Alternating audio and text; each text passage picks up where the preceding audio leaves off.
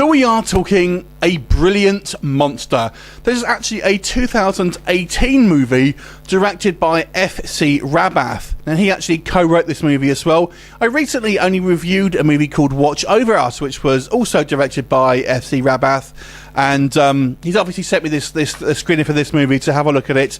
Now the story here focuses on a young guy called Mitch. Now he is a successful writer. He writes these kind of self-help books, these motivational books, and he has been wildly successful in doing so. However, this has not been without a cost. We actually find out there was actually maybe a little more going on here, and it turns out there may actually be some kind of creature, some kind of entity that Mitch actually is literally feeding people to in exchange for giving him pages for his books, basically doing the work for him.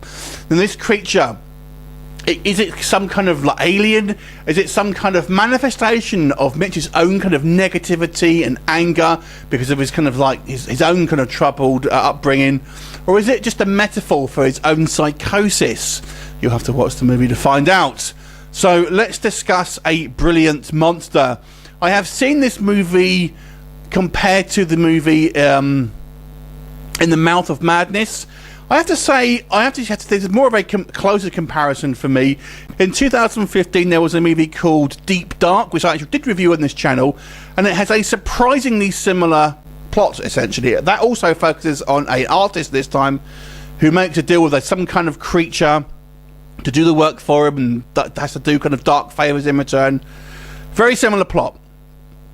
So how does this one kind of like shake out? I've got to say, this is actually a pretty well made movie. It's a psychological horror, not like a slasher or creature feature.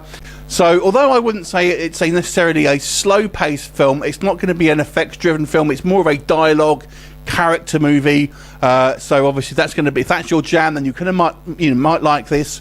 I will say, despite the fact that it's not really an action-based film, the plot still keeps you interested. It still kind of makes you want to watch the next stream because of the kind of the way that it's made, and the intriguingness of the idea itself really does push the movie forward and keeps you wanting to know what happens. I also got to say, I think the character of Mitch is very kind of well drawn out because he's not a bad guy necessarily. He's not a good guy.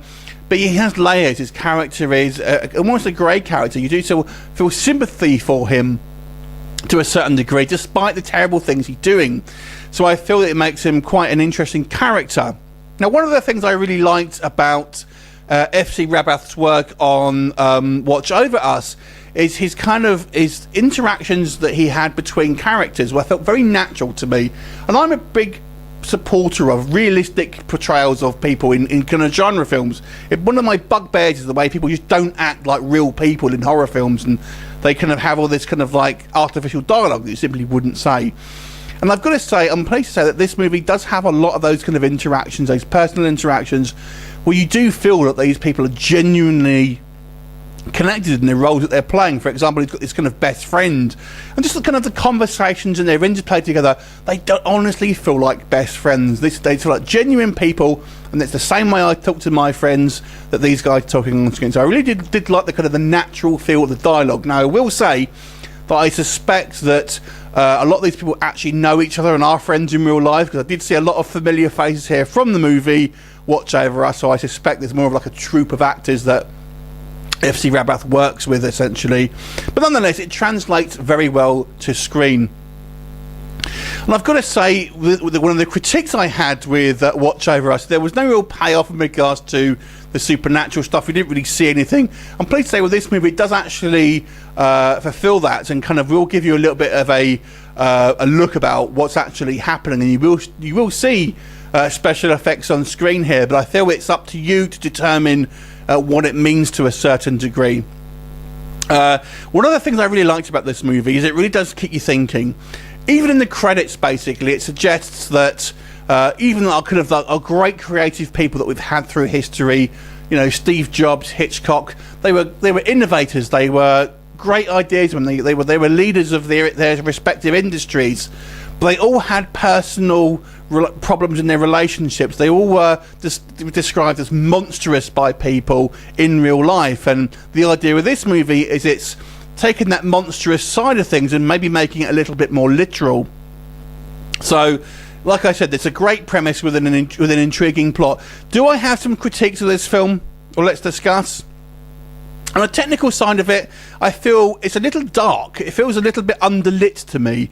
There's certain scenes which obviously take place at night, but everything just feels a little bit gloomy, and just it could have done with a little bit more lighting in certain scenes. Although I don't think the acting is necessarily bad from anyone, I do feel some of the supporting actors just err on the weaker side, and no one really kind of blows it out the water.